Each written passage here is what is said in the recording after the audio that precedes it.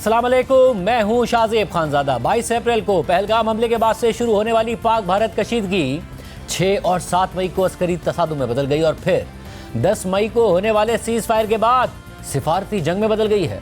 अब दोनों ममालिक इसी सिफारती लड़ाई में मसरूफ़ हैं। भारत के 7 सिफारती वफूद गुज़िश्ता 10-11 दिनों से मुख्तलिफ ममालिक के दौरे कर रहे हैं और भारतीय मौक़िफ़ पर हिमायत हासिल करने की कोशिश कर रहे हैं।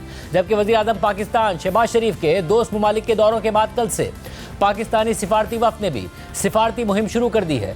बिलावल भुट्टो जरदारी की क़यादत में पाकिस्तानी वफ़द अमरीका में मुलाकातों में मसरूफ़ है। साथ ही आज वज़ीर आज़म के मामले खुसूसी तारिक फ़ातमी ने रूसी वज़ीर ख़ारजा से मुलाकात की है और सदर पुतिन के लिए वज़ीर आज़म शहबाज शरीफ का ख़त उनके हवाले कर दिया है। जबकि अमरीका में मौजूद पाकिस्तानी वफ़द ने आज अक़वाम मुत्तहिदा में फ्रांसीसी मंदूब से मुलाकात की है। इससे पहले सिफारती वफ़द ने कल अक़वाम मुत्तहिदा में चीन और रूस के मुस्तकिल मंदूबीन से मुलाकातें की। अक़वाम मुत्तहिदा में अमरीका के क़ाइम मक़ाम मुस्तकिल मंदूब से भी पाकिस्तानी वफ़द की मुलाकात हुई।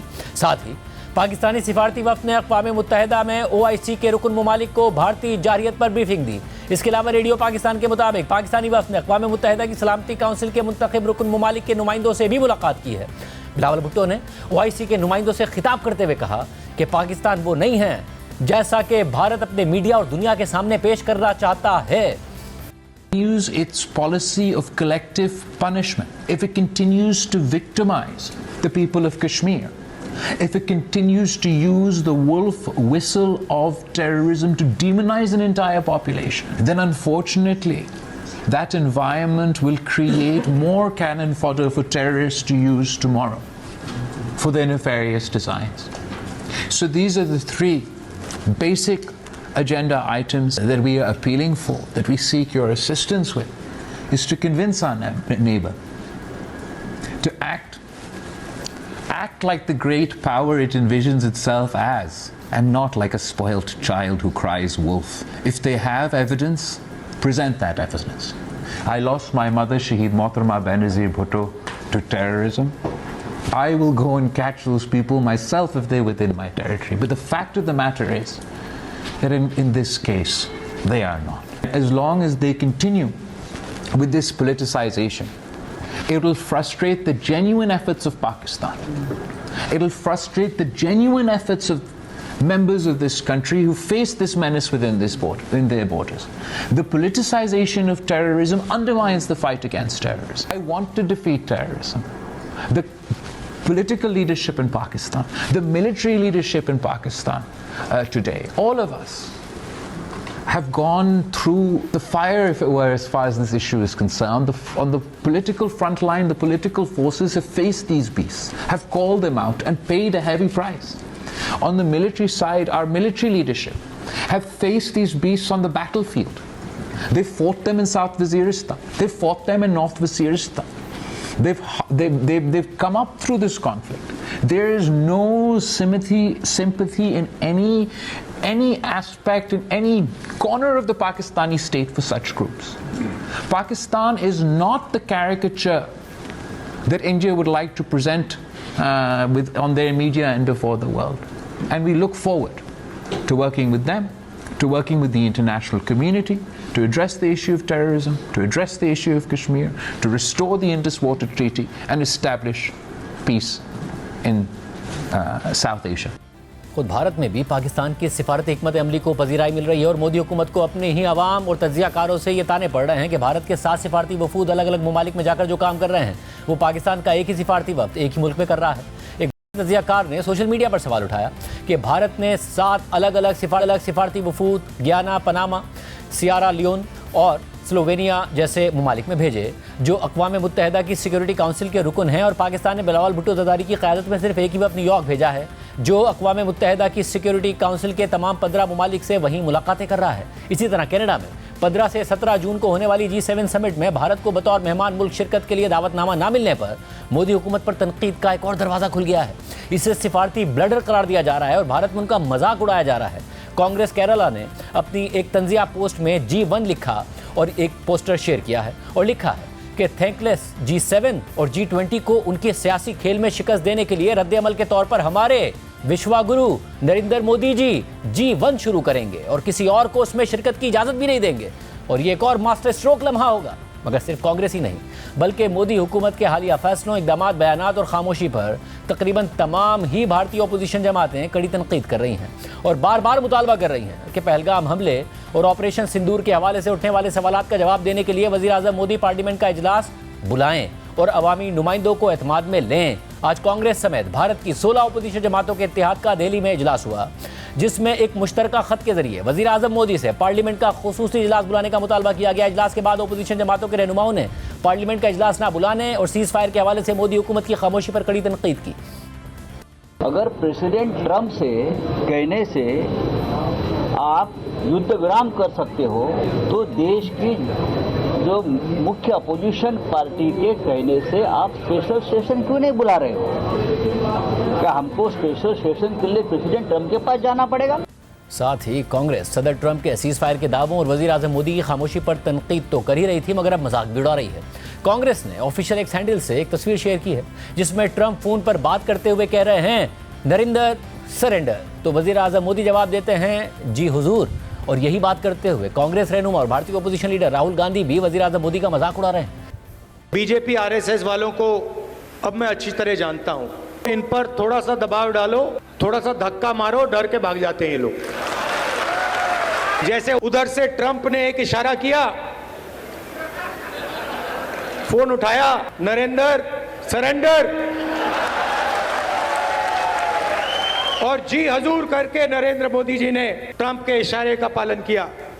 तो यही नहीं, भारतीय अपोजिशन ये सवाल भी उठा रही है कि अगर सीज फायर ट्रंप के कहने पर नहीं बल्कि पाकिस्तान की दरख्वास्त पर किया गया था तो इसका मतलब है कि भारत जंग जीत रहा था, तो फिर क्यों हमने जंग रोकी? जंग जारी रहने देते। मगर अगर पाकिस्तान सीज फायर की दरख्वास्त नहीं कर रहा था तो भारतीय हुकूमत का दावा गलत है। सीज फायर का जो मुद्दा है, हम लोग के जो देश के विदेश मंत्री हैं जयशंकर जी, बहुत पढ़े लिखे सुलझे हुए व्यक्ति हैं, मैं बड़ा सम्मान करता हूं उनका मैंने एक बयान पढ़ा कि सीज फायर पाकिस्तान के कहने पर, उनकी पहल पर किया गया। तो मैं ये सोच रहा हूं कि भाई अगर पाकिस्तान सीज फायर चाहता था, इसका मतलब है कि सेना वाले ठीक कर रहे हैं, हम लोग पाकिस्तान को हरा रहे थे, तभी तो पाकिस्तान डर के मारे सीज फायर करना चाह रहा था। तो अगर पाकिस्तान सीज फायर चाह रहा था तो तुम काहे माने भाई? 2 दिन और चलने देते, सेना वाले मार के ठीक कर देते उनको। और अगर पाकिस्तान वाले सीज फायर नहीं चाह रहे थे तो जो आप दावा कर रहे हैं वो गलत है। अब सीज फायर कर लिए तो फिर आके जनता काहे बेवकूफ बना रहे हैं? आपके सामने है कि जो कह रहे हैं वो गलत कह रहे हैं। उसके बाद अब सिंदूर का डिबिया बांटने से तो कुछ होगा नहीं। सवाल अपनी जगह, तुकबंदी कर देना, 22 मिनट में बदला ले लिया। अरे भाई 2 दिन चल देने थे तो 22 मिनट में जब बदला ले सकते हैं तो ये भाषणबाजी करना, गरम सिंदूर पता नहीं कहाँ खोल के, मैंने कहा कहीं कढ़ाई वढ़ाई ना पलट जाए मोदी जी की, कोई सिंदूर कहीं पलट जाए, कहीं इधर उधर फैल जाए। मतलब देश के प्रधानमंत्री को थोड़ी सी भी लज्जा नहीं आ रही है। जितना खर्चा युद्ध में नहीं हुआ उतना मोदी जी ने अपने प्रचार पे खर्च करवा लिया। मगर जहां मोदी हुकूमत पार्लियामेंट में अवामी नुमाइंदों के इन सवालात का सामना करने से गुरेज कर रही है, तो वहीं ऑपरेशन सिंदूर को लेकर हुब्बुल वतनी की बहस को एक और नहज पर ले गई है। पहले बीजेपी ऑपरेशन सिंदूर पर सवाल उठाने वालों की हुब्बुल वतनी पर सवाल उठा रही थी, मगर अब बराह रास्त भारतीय मुसलमानों को ही निशाने पर रख लिया है। मोदी हुकूमत अब यह बयानिया बना रही है कि जो ऑपरेशन सिंदूर पर तनकीद कर रहा है वो असल में भारतीय मुसलमानों को खुश कर रहा है ताकि उसे मुसलमानों का वोट बैंक मिल जाए। और ये बात बीजेपी के किसी कारकुन या मकामी रहनुमा ने नहीं कही है, बल्कि मुल्क के वजीर दाखिला अमित शाह ने कही है। गुज़िश्ता हफ्ते नरेंद्र मोदी के मशरकी बंगाल के दौरे और उनके बयानात पर रद्दमल देते हुए वहाँ की वज़ीर आला ममता बनर्जी ने कहा था कि औरतों को सिंदूर देकर उनकी बेइज्जती ना करें, अगर आपको सिंदूर देना ही है तो अपनी बीवी को दें। और आज ममता बनर्जी पर तनकीद करते हुए भारतीय वज़ीर दाखिला और नरेंद्र मोदी के करीबी साथी अमित शाह ने यह कह दिया कि मुसलमान वोट बैंक को खुश करने के लिए ममता बनर्जी ने ऑपरेशन सिंदूर की मुखालफत की। Please remember, every woman they have a respect. They take sindoor from their husband, but PM Modi is saying just like you are not the husband of everybody. Why you are not giving sindoor to your Mrs. first? Sorry to say, I should not go into all this matter, but you compel us. You compel us in the name of Operation Sindoor, the Bengal operation. That's why you compel us to open our mouth. मस्जिदों के इमामों को वेतन देना शुरू किया, court ने रुकवा दिया। बांग्लादेशी और रोहिंग्या उनकी मदद से घुसपैठ कर रहे हैं। राम जन्मभूमि के भूमि पूजन के दिन सद्भावना जुलूस के नाम पर नाटक किया। दुर्गा पूजा का विसर्जन पोस्टपोन किया, मुस्लिम कर्मचारियों को रमजान में आधे दिन की छुट्टी दी, केरला स्टोरी पर प्रतिबंध लगाया और हाजी नूरुल इस्लाम को टीएमसी का टिकट दिया और अंत में सबसे बड़ी बात, मुस्लिम वोट बैंक को खुश करने के लिए ममता दीदी आपने ऑपरेशन सिंदूर का भी विरोध किया। कार्यकर्ता भाइयों बहनों, मुझे बताइए, ये तुष्टीकरण बंगाल में चलने देना है क्या? जोर से बोलो, चलने देना है क्या?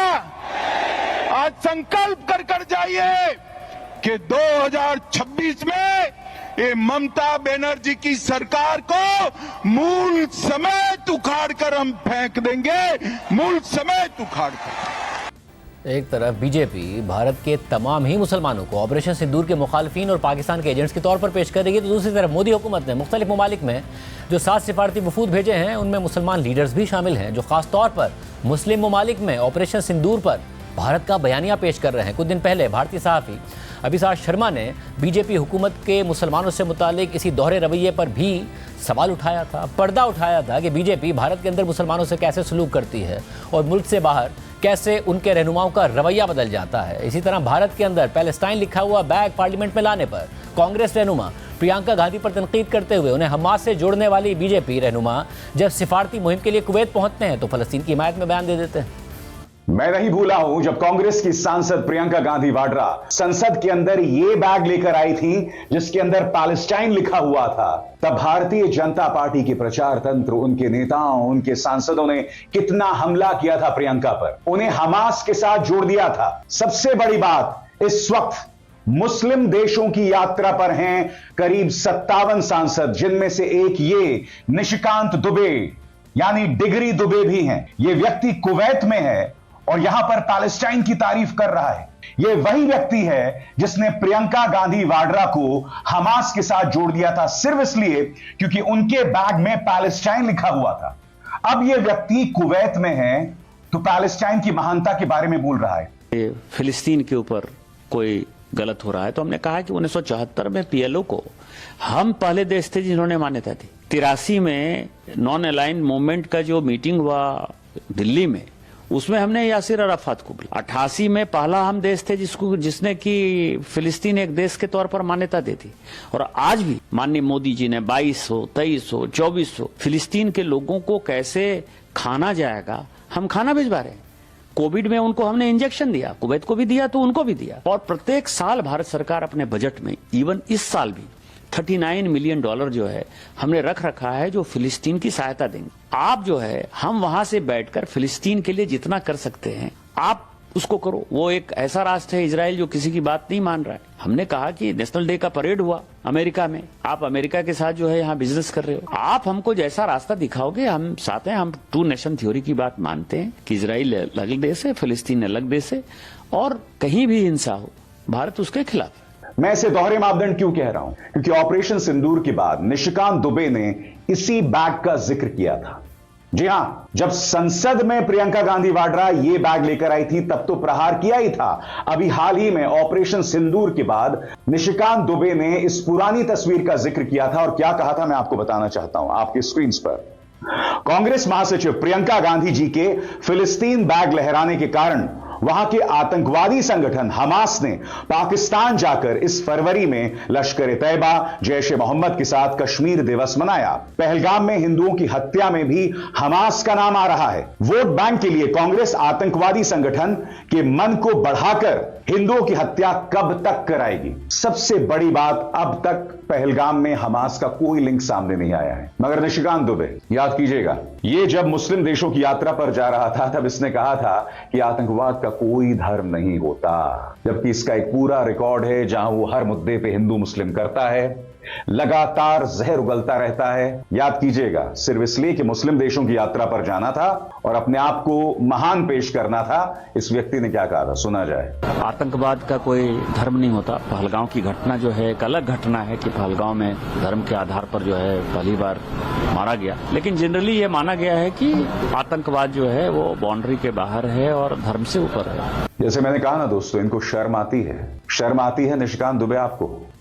दूसरी जानिब इन तनाज़ात से हटकर हालिया दिनों में भारत में उनके chief of defence staff Anil Chauhan मौजूए बहस बने हुए हैं, क्योंकि वो भारत के पहले आला ओहदेदार हैं जिन्होंने पाकिस्तान की तरफ से भारत के जंगी तैयारे गिराए जाने का एतराफ़ किया था। उनके इस एतराफ़ पर और सच बोलने पर भारत में तनकीद हो रही है कि आखिर सच बताने की ज़रूरत क्या थी, मगर साथ ही अब तैयारे गिरने पर नई नई मंतक़े दी जा रही हैं। भारतीय मीडिया में जंग की बातें करने वाले और कराची और लाहौर पर भारतीय हमले की झूठी खबरों पर जश्न मनाने वाले भारतीय दिफाई तज्जियाकार मेजर रिटायर्ड गौरव आर्या भी अब भारतीय तैयारों के नुकसान पर यह कह रहे हैं कि अगर हमारे तैयारे गिरे भी हैं तो हमें क्या नुकसान होगा, हम तो अमीर मुल्क हैं। देखिए जंग से पहले और जंग के बाद का मौक़िफ़। बार नेवी बीच में आके कराची पोर्ट पे आग लगा दे, मजा आ जाएगा। एक बार नेवी वाले आप भी जरा अपना इसमें हिस्सा डालो। आर्मी अंदर घुस गई है पाकिस्तान में। आईएनएस विक्रांत है, वहां से करिए 15-20 BrahMos fire, set fire to the Karachi port. आग लगा दो कराची में, फूंक डालो पूरे शहर। मेजर गौरव आर्या, क्या आपको लग रहा है पाकिस्तान का नक्शा बहुत बुरी तरह बिगड़ने वाला आज रात? मैं बता रहा हूं, आज की रात देखना कयामत की रात है पाकिस्तानियों। सो मत जाना, आज की रात को कयामत की रात है। तुम्हारे सर पे मौत का नंगा नाच हो रहा है। नहीं सो जाओ, लेकिन एक आंख खुली रखना। अगर जेट्स लॉस्ट भी हो गए तो यार हमें कौन सा सऊदी अरबिया चाइना से पैसे मांग के खरीदने। चलो मैं कह रहा हूं कि पाकिस्तानी कहते हैं 6 जेट्स हमारे, मैं कह रहा हूं 16 जेट्स हो गए।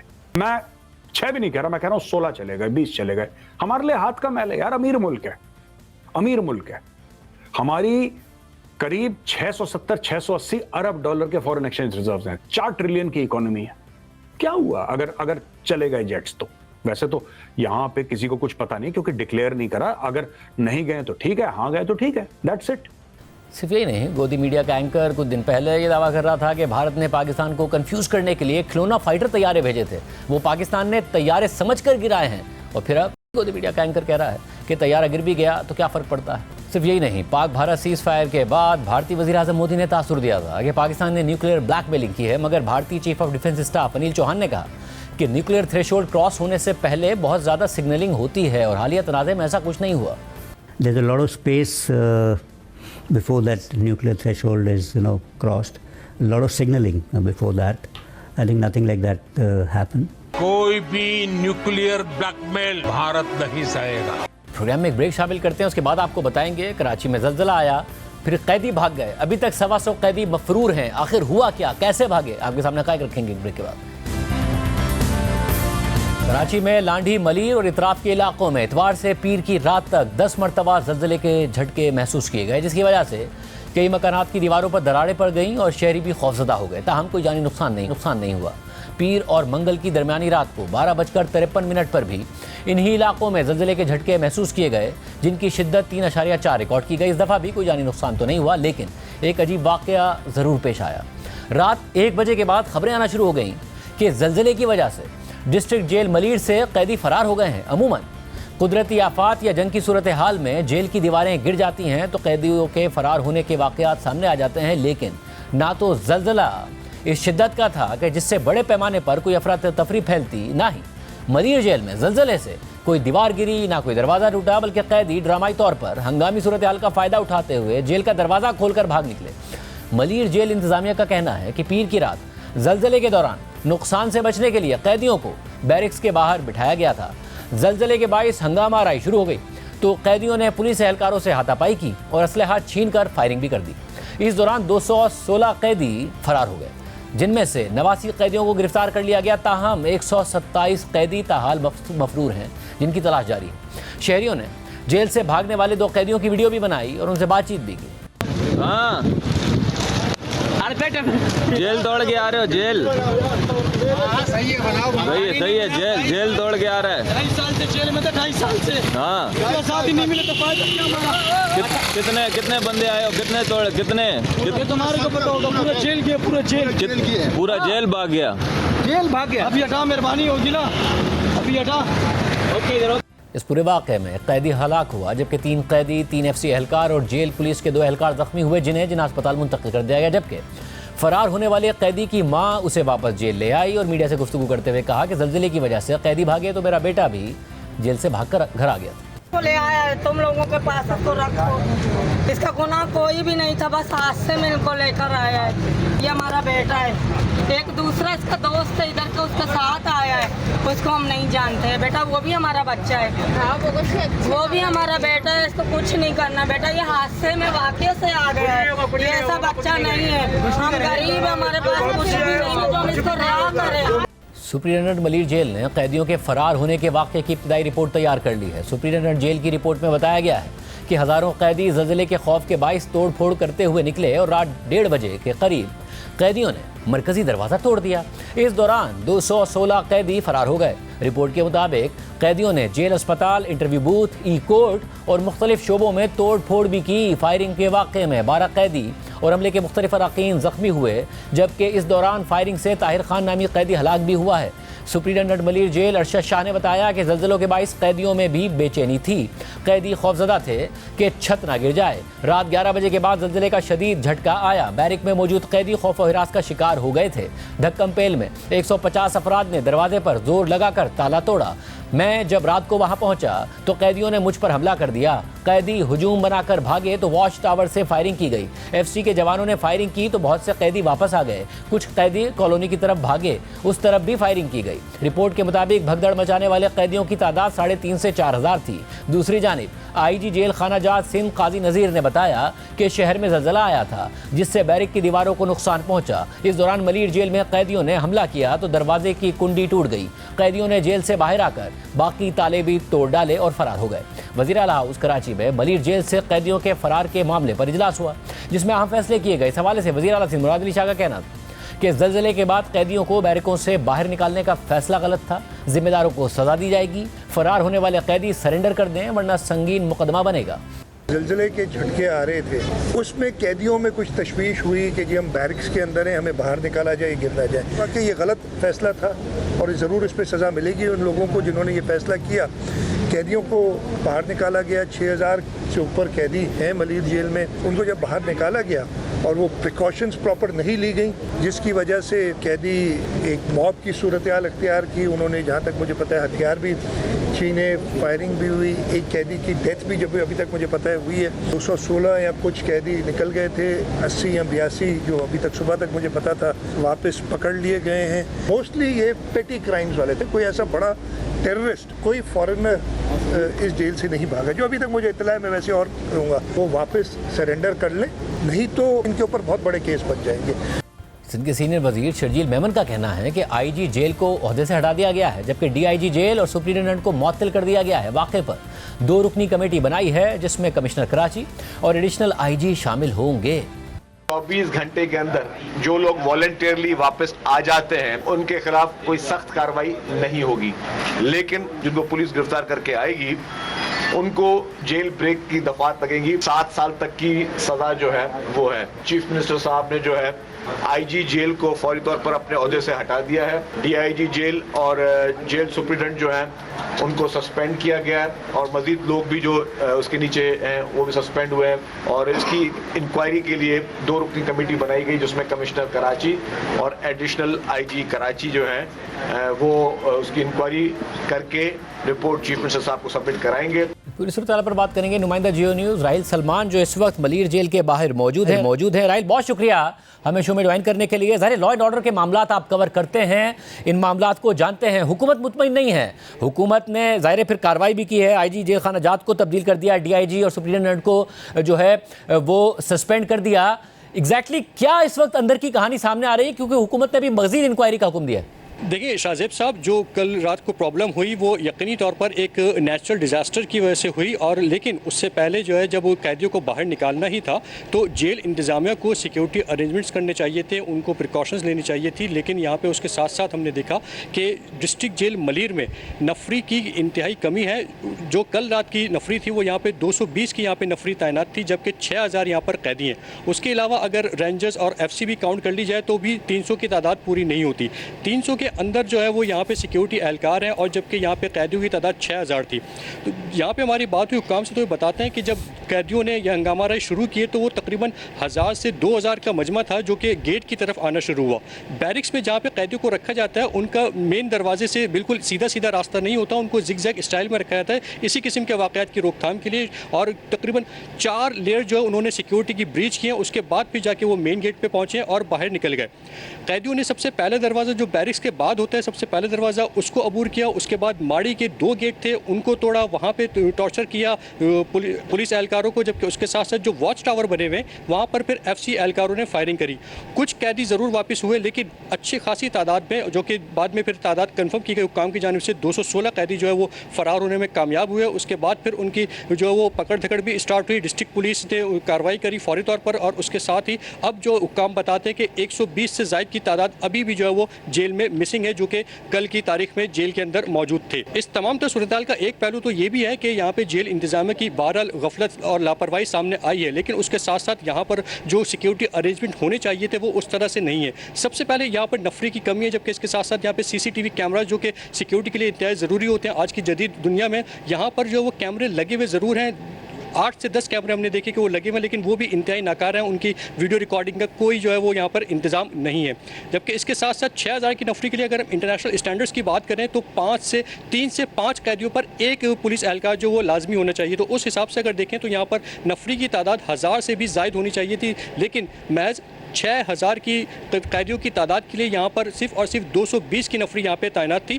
और उसके और मुझे ये भी बताइएगा कि इसमें कोई खतरनाक कैदी हैं या मामूली जराइम वाले कैदी हैं? ज़ाहिर अगर 125 के करीब कैदी इस वक्त और कोई क्रिमिनल्स थे और वो शहर में मौजूद हैं, तो एक परेशानी की बात है। कुछ पता चला इस हवाले से? देखिए शाजिब साहब, जो यहाँ पे मुल्जिमान फरार हुए हैं उनकी लिस्ट भी हमने हासिल की थी, तो उसमें जो सबसे ज़्यादा जो लोग देखने में आए वो पुलिस मुकाबले के मुल्जिमान उसमें शामिल थे, जबकि जो मंशियात फरोशी वाले हैं 69B 69C उसके भी अच्छी खासी तादाद में यहाँ पे कैदी थे जो कि फ़रार होने में यहाँ से कामयाब हुए हैं। सूरत हाल ये थी कि यहाँ पे जो इब्तदाई तौर पे मालूम चला था कि ज़लज़ले की वजह से जेल की दीवारें जो है वो उनमें क्रैक्स पड़ गए और दीवारें तोड़कर जो है वो कैदी फरार हुए, लेकिन ऐसा नहीं था। जो जेल की बाउंड्री वॉल है वो यहाँ पे बम प्रूफ बनी हुई है और कई साल हो गए, वो 40 से 50 फीट ऊंची है और जबकि उसकी मोटाई भी जो है वो तकरीबन 1 फीट के बराबर है।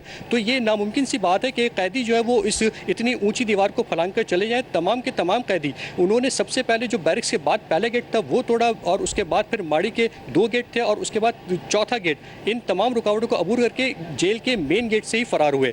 ये तमाम के तमाम जो मुल्जिमान हैं उनकी गिरफ्तारी के लिए भी छापे मारे जा रहे हैं। हमारी पुलिस हुकाम से ही बात हुई, IG सिंध से ही बात हुई, तो ये बताते हैं कि मुख्तलिफ टीमें तश्कील दे दी गई हैं और शहर भर में भी जो है वो सर्च ऑप्शन किया जा रहा है। जबकि जो डेटा पुलिस हुक्काम के जो जेल हुक्काम के पास था, उनके पास जो है वो तमाम मुल्जिमान का कवायफ होता है, जेल में आने वाले हर शख्स का जो है उनके पास एड्रेस वगैरह और टेलीफोन नंबर तमाम तरह चीज़ें होती है, वो तमाम की तमाम जेल हुक्काम की जानिब से डिस्ट्रिक्ट पुलिस को भी प्रोवाइड कर दी गई है। बहुत शुक्रिया। राहिल सलमान तफसीलात बता रहे थे। प्रोग्राम में एक ब्रेक और उसके बाद आपके सामने हकाइक रखेंगे कि तफसीलात आ रही हैं कि ईरान अमरीका की मुआहदे के हवाले से तजवीज़ मुस्तरद कर सकता है। क्या मामला हैं? एक ब्रेक के बाद। ईरान और अमेरिका के दरमियान जौहरी मुज़ाकरात अहम मरहले पर पहुंच गए हैं, ताहम अब तक दोनों ममालिक किसी मुआहदे तक नहीं पहुंच सके हैं। अमेरिकी सदर ट्रंप पर उम्मीद हैं और उनका दावा है कि जल्द ही कोई हल निकल आएगा, जबकि हफ्ते को मुज़ाकरात के सालिस ओमान के वज़ीर ख़ारजा ने अमेरिका की जानिब से नए जौहरी मुआहदे की तजवीज़ ईरान को पेश कर दी थी, जिसके बाद अब यह खबर सामने आ रही है कि ईरान मुमकिना तौर पर जौहरी मुआहदे की इस नई अमेरिकी तजवीज़ को मुस्तरद कर देगा। वाज़ेह रहे कि अमेरिकी सदर ट्रंप पहले से ही कह चुके हैं कि अगर ईरान के साथ मुआहदा नहीं होता तो फिर उनके पास फौजी कार्रवाई का ऑप्शन भी मौजूद है, जबकि सदर ट्रंप के अहम इत्तेहादी इस्राईली वज़ीर आज़म नेतन्याहू शुरू से ही इन मुज़ाकरात के हक़ में नहीं हैं और इसराइल ईरान पर हमले की तैयारी कर रहा है। ये अमेरिकी मीडिया रिपोर्ट करता रहा है और फिर ये भी रिपोर्ट हुआ और ट्रंप ने भी इस बात को माना कि उन्होंने नेतन्याहू को ऐसी किसी भी कार्रवाई से मना किया है। इसी तरह गुज़िश्ता दिनों ये खबर सामने आई थी कि सऊदी अरब ने भी ईरान को खबरदार करते हुए कहा जौहरी मुआहदा करें वरना ईरान को इसराइली हमलों का सामना करना पड़ सकता है। सारी सूरत हाल में अब ईरान अमरीकी तजवीज़ मुस्तरद करने पर गौर कर रहा है। रॉयटर्स के मुताबिक पीर को एक ईरानी सिफारतकार ने कहा है कि ईरान दहाइयों पर मुहित जौहरी तनाज़े के हल के लिए पेश अमरीकी तजवीज़ को मुस्तरद करने जा रहा है। ईरानी सिफारतकार ने अमरीकी तजवीज़ को नॉन स्टार्टर करार देते हुए कहा कि इसमें ना तो ईरान के मफादात को मद्देनजर रखा गया है और ना ही इससे अमरीका की यूरेनियम अफजोदगी के मौक़िफ़ में कोई नरमी दिखाई देती है। ईरान की मुज़ाकराती टीम के करीब समझे जाने वाले इस सीनियर ईरानी सिफारतकार ने मजीद बताया है कि ईरान अमरीकी तजवीज़ के जवाब में एक मनफी रद्द-ए-अमल तैयार कर रहा है, जिसे अमरीका की पेशकश को मुस्तरद करने के तौर पर भी लिया जा सकता है। अमरीका की जानिब से नए जौहरी मुआहदे की तजवीज़ हफ्ते को तेहरान के मुख्तसर दौरे के दौरान ओमान के वज़ीर ख़ारजा ने ईरान को पेश की थी। ओमानी वज़ीर ख़ारजा ईरान और अमरीका के मुज़ाकरात में सालिसी का किरदार अदा कर रहे हैं। अमरीका और ईरान के दरमियान होने वाले मुज़ाकरात में अब तक बातचीत के 5 दौर हो चुके हैं, लेकिन अभी भी कई बड़े इख्तलाफात बाकी हैं, जिनमें सबसे अहम ईरान की जानिब से यूरेनियम की अफजोदगी मुकम्मल तौर पर ख़त्म करने और अपनी मौजूदा ज़ख़ीरा शुदा आला सतह की अफजोदा यूरेनियम को बैरून मुल्क भेजने से इनकार है।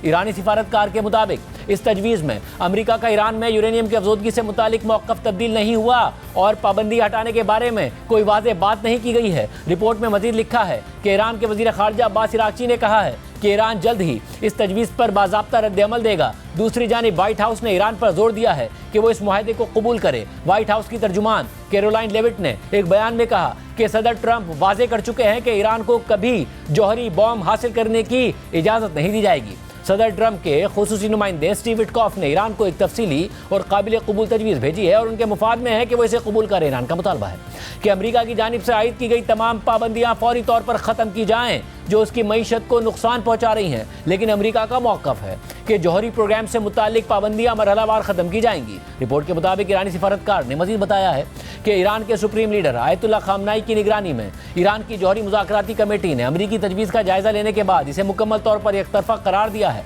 जो ईरान के मफादात को पूरा नहीं करता और इसीलिए ईरान इस तजवीज़ को एक नॉन स्टार्टर समझता है और उसका मानना है कि अमरीका ज़रूरत से ज़्यादा मुतालबात के साथ ये मुआहदा एक तरफ़ा तौर पर ईरान पर मुसल्लत करना चाहता है, जो कि ईरान के लिए एक नुकसानदेह मुआहदा होगा।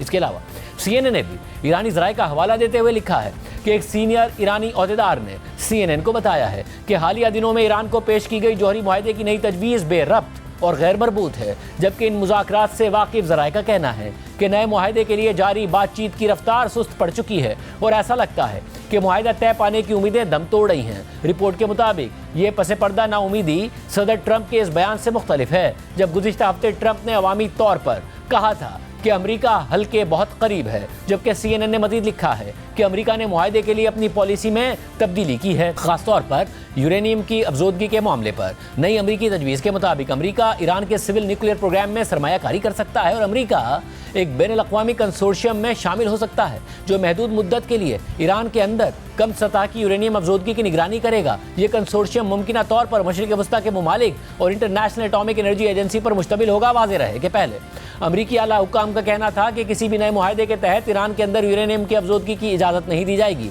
और ईरान से मुतालबा किया गया था कि वो अफजोदा यूरेनियम सिर्फ दरामद करे, जिसे ईरान ने सख्ती से मुस्तरद कर दिया था। जबकि नई तजवीज़ में महदूद पैमाने पर कम सतह की यूरेनियम अफजोदगी की इजाज़त दिए जाने का इम्कान जाहिर किया गया है, लेकिन यह मौक़िफ़ अमरीका और इसराइल के ईरान मुखालिफ हलकों को नाराज़ कर सकता है और ये 2015 के जौहरी मुआहदे की तर्ज पर वापस जाने के बराबर है, जिससे सदर ट्रंप ने खुद यकतरफा तौर पर अलहदगी इख्तियार कर ली थी। ताहम पीर को ही सदर ट्रंप ने एक बार फिर वाज़ेह मौक़िफ़ अपनाया और अपनी सोशल मीडिया पोस्ट में लिखा कि हमारे मुमकिना मुआहदे के तहत ईरान को यूरेनियम की किसी भी सतह पर अफजोदगी की इजाज़त नहीं दी जाएगी। ऐसे में ईरानी हुकाम ने बारहा कहा है कि वो बैनुल-अक़वामी कंसोर्शियम की तजवीज़ पर बातचीत के लिए तैयार हैं, लेकिन शर्त यह है कि ईरान को अपनी अफजोदगी की सलाहियत पर मुकम्मल इख्तियार हासिल रहे। एक सीनियर ईरानी ओहदेदार ने नई अमरीकी तजवीज़ को शदीद तनकीद का निशाना बनाते हुए कहा कि पहली नज़र में ही ये तजवीज़ बेरब्त, गैर हकीकत पसंदाना और हद से ज़्यादा मुतालबात पर मबनी महसूस होती है और अब तक बातचीत की नाकामी की असल वजह अमरीकी मौक़िफ़ का मुसलसल बदलना है और इसी वजह से यह काम पहले से कहीं ज़्यादा मुश्किल हो रहा है। ईरानी ओहदेदार ने दावा किया कि यह नई तजवीज़ उन बातों से बिल्कुल मुतसादिम है जो 5वें दौर के मुज़ाकरात में तय पाई थीं। वाज़ेह रहे कि 23 मई को रोम में ईरान और अमरीका के दरमियान मुज़ाकरात का 5वां दौर हुआ था। इसके बाद दोनों फरीकों ने कहा था कि जल्द दोबारा मुलाकात होगी, ताहम अब ज़राए के मुताबिक मुज़ाकरात का अगला दौर गैर यकीनी है और यह मुलाकात शायद हो ही ना सके। दूसरी जानिब इसराइली फोर्सेस गजा से फ़लस्तीनियों को जबरी तौर पर बेदखल करके पूरे इलाके पर कब्जे के मुतनाज़े मंसूबे पर तेज़ी के साथ अमल कर रही हैं और इस मंसूबे के तहत इसराइल ना सिर्फ पूरे गजा में शदीद बमबारी कर रहा है, बल्कि वो पूरी मंसूबाबंदी के साथ फ़लस्तीनियों की भूख को बतौर हथियार इस्तेमाल कर रहा है। पहले इसराइल ने तकरीबन 3 माह तक गजा पहुंचने वाली बैनुल-अक़वामी इमदाद को मुकम्मल तौर पर मुअत्तल कर दिया और फिर सख्त आलमी मुखालफत के बावजूद इमदाद की तकसीम का एक मुतनाज़ प्रोग्राम शुरू कर दिया, जिस पर अक़वाम मुत्तहिदा समेत दीगर इमदादी तंजीमों ने सख्त तनक़ीद की थी और ख़बरदार किया था कि इस पूरे प्रोग्राम से गजा में मौजूदा इमदादी कोशिशों को नुकसान पहुँचने का खदशा है और इससे खुराक की रसाई गजा के चंद इलाकों तक महदूद हो जाएगी और गजा के शहरियों को इमदाद हासिल करने के लिए तवील फासला तय करने के साथ साथ इसराइल की फौजी चौकियों से गुजरना होगा, जिससे उन पर इसराइली हमलों का खदशा है और अब यह खदशात सच साबित हो रहे हैं। गुज़िश्ता हफ्ते इसराइल और अमेरिका की हिमायत याफ्ता तंजीम गजा ह्यूमैनिटेरियन फाउंडेशन ने गजा में 4 मुख्तलिफ मकामात पर इमदाद की तकसीम के इस मुतनाज़ इसराइली प्रोग्राम का आगाज़ कर दिया था और तब से लेकर अब तक गजा में इमदाद की तलाश में इन मराकिज़ पर पहुँचने वाले कम अज़ कम 102 फ़लस्तीनी इसराइली फायरिंग से शहीद हो चुके हैं, जबकि आज भी गजा में इमदाद हासिल करने की कोशिश के दौरान इसराइली फायरिंग से कम 27 फ़लस्तीनी शहीद हो गए हैं। गजा सिविल डिफेंस के मुताबिक इसराइली फोर्सेस ने फ़लस्तीनी शहरियों पर फायरिंग टैंकों, क्वाडकॉप्टर, ड्रोन्स और हेलीकॉप्टर्स के जरिए की है और ये फायरिंग इमदादी मरकज़ से सिर्फ 1 किलोमीटर के फासले पर हुई है। इससे पहले कल भी इसी तरह के वाक़यात में कम से कम 3 फ़लस्तीनी इसराइली फोर्सेस का निशाना बने थे, जबकि इतवार को भी इसी तरीक़ाकार के तहत इसराइली फोर्सेस ने रफ़ा के इमदादी मरकज़ आने वाले 31 फ़लस्तीनियों को शहीद कर दिया था, जबकि इस हमले में 200 से ज़ायद अफराद ज़ख्मी भी हुए थे। इस वाक़े इंतहाई दिलखराश मनाजिर सामने आए हैं। इतवार को इसराइली फोर्सेस ने इमदाद की तलाश में आने वाले फ़लस्तीनियों पर किस तरह से फायरिंग की, बरतानवी नशरियाती इदारे चैनल 4 ने अपनी रिपोर्ट में वाक़े की तफसीलात बताई। या अल्लाह, या अल्लाह, हम ये सुबह सुबह तुलुए आफ्ताब से पहले के मनाजिर हैं कि जब फ़लस्तीनी अवाम मिट्टी में लेट कर बचने की कोशिश कर रहे हैं। गोलियां चलने की आवाज़ें आ रही हैं। यहाँ इतवार को इमदाद तकसीम करने की 8 जगहों पर फायरिंग करके 30 अफराद को कत्ल कर दिया गया। फैमिलीज़ अब तक अपने प्यारों की लाशें वसूल कर रही हैं ताकि उन्हें दफना सकें। जो कुछ हुआ उस पर भी तनाज़ा खड़ा हो गया है। इसराइली फ़ौज का दावा है कि उसने फ़लस्तीनियों पर इमदाद तकसीम करने की जगह पर फायरिंग नहीं की, मगर मुतादिद गवाहों ने बताया है कि जब वो इमदाद तकसीम करने वाले मकाम की तरफ बढ़े तो उन पर फायरिंग की गई और ये जगह इसराइल की तरफ से इमदाद की तकसीम के लिए बनाई गई गजा ह्यूमैनिटेरियन फाउंडेशन की थी। अमेरिका और इसराइल ने हमें क्या कहा था? उन्होंने कहा था कि यहाँ जाओ और खाना और पानी पियो, मगर जब हम यहाँ पहुँचे तो हमें गोलियाँ मारी गईं। क्या ये इंसाफ है? जो वहाँ खाना लेने गए थे वो मारे जा चुके हैं। इसराइल की गजा ह्यूमैनिटेरियन फाउंडेशन ने अभी तक गजा में इमदाद तकसीम करने के लिए 4 इलाके मुतय्यन किए हैं, मगर इतवार को सिर्फ इस एक साइट पर सुबह 6 बजे इमदाद तकसीम करने का बताया गया था, लेकिन रात 12 बजे के बाद से ही हज़ारों लोग इस जगह से 1 किलोमीटर दूर एक जंक्शन पर जमा होना शुरू हो गए थे। उनमें से अक्सर ने बताया कि वो बहुत दूर शुमाली इलाके से यहाँ पहुँचे थे और जैसे जैसे मजीद लोग जमा होते गए तो आगे बढ़ने के लिए दबाव बढ़ता गया। गवाहों ने बताया कि हुजूम आहिस्ता आहिस्ता जुनूब की जानिब इमदाद लेने के लिए बढ़ता रहा, यहाँ तक कि अचानक साइट के करीब एक टैंक से वार्निंग शॉट्स फायर किए गए, फिर मजीद वार्निंग शॉट्स फायर किए गए। सुबह 3:30 बजे तक हुजूम इधर उधर भाग रहा था और सिपाहियों, टैंक्स और नेवी की बोट्स हर तरफ से फायरिंग कर रही थीं और यही वो वक्त था जब गोलियों से जख्मी होने की रिपोर्ट सामने आई। मगर फिर भी हुजूम इमदाद लेने के लिए आगे बढ़ता रहा और फिर बहुत सारे लोग मारे गए, मगर इसके बावजूद बहुत से लोगों ने इमदाद लेने के लिए साइट पर पहुँचने की कोशिश की। सैकड़ों लोग सुबह 5 बजे वहां पहुंच गए और विटनेसेस के मुताबिक चंद मिनट में सारी इमदाद खत्म हो गई। इस वाक़े से पता चलता है कि गजा में इमदाद की तकसीम का नया निज़ाम इतनी बड़ी आवाम में इमदाद की तकसीम के काबिल ही नहीं है। हम वहाँ सुबह 4 बजे से फर्श पर पड़े थे क्योंकि क्वाडकॉप्टर से हमारे ऊपर फायरिंग की जा रही थी। इसराइली हम पर फायरिंग कर रहे थे। औरतें, बच्चे और तमाम लोग जमीन पर लेटकर बचने की कोशिश कर रहे थे और फिर आखिर में सिर्फ हमें ये इमदाद मिल पाई है।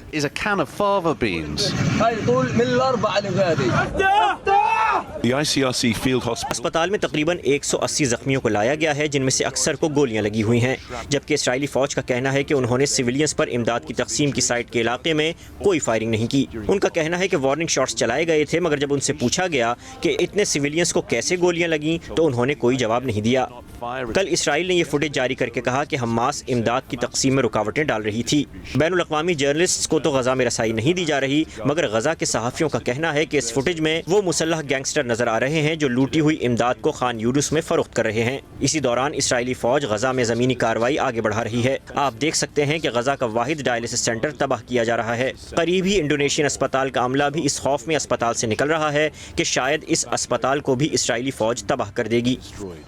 ये वाक़या बैनुल-अक़वामी सतह पर शदीद तशवीश का बाइस बन रहा है। इंसानी हुकूक की तंजीमें और नुमाइंदे गजा में इमदाद की तकसीम के इस अमल को गैर इंसानी करार दे रहे हैं। अक़वाम मुत्तहिदा ने इतवार को होने वाले वाक़े की तहकीकात का मुतालबा कर दिया है। BBC के मुताबिक अक़वाम मुत्तहिदा के सेक्रेटरी जनरल एंटोनियो गुतरेस ने पीर को अपने एक बयान में कहा कि मैं गजा में इमदाद हासिल करने की कोशिश के दौरान फ़लस्तीनियों के कत्ल और ज़ख्मी होने की खबरों पर शदीद परेशान हूँ। मैं इन वाक़यात की फौरी और आज़ादाना तहकीकात का मुतालबा करता हूँ और ज़िम्मेदार अफराद को इंसाफ के कटहरे में लाया जाए। इसके अलावा पीर को अक़वाम मुत्तहिदा के इंसानी हुकूक के सरबराह वॉल्कर टर्क ने BBC से बात करते हुए कहा कि इस वक्त गजा में जिस तरीके से इंसानी इमदाद फराहम की जा रही है वो नाकाबिल कबूल और गैर इंसानी है। उन्होंने मज़ीद कहा कि इससे यह जाहिर होता है कि गजा में आम शहरियों की ज़िंदगी की बिल्कुल भी परवाह नहीं की जा रही है। ज़रा तसव्वुर करें, ऐसे लोग जो तकरीबन 3 माह से खुराक और अद्वियात के लिए बेहद परेशान हैं, उन्हें मदद हासिल करने के लिए दौड़ लगानी पड़ती है। ये इंतहाई ख़तरनाक हालात का सामना करना पड़ता है।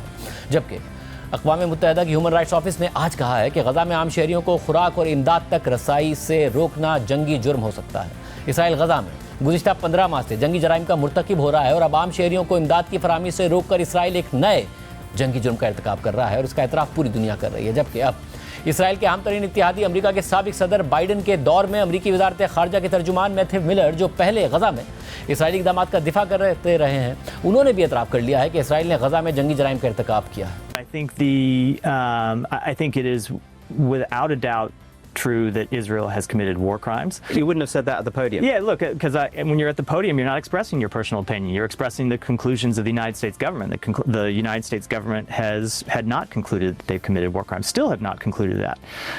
But your personal view is they have. And they were while you were there. But let me qualify that. There are two ways to think about the commission of war crimes. One is if the state has pursued a policy to deliberately committing war crimes or is acting reckless in a way that aids and abets war crimes. And that, I think, is an open question.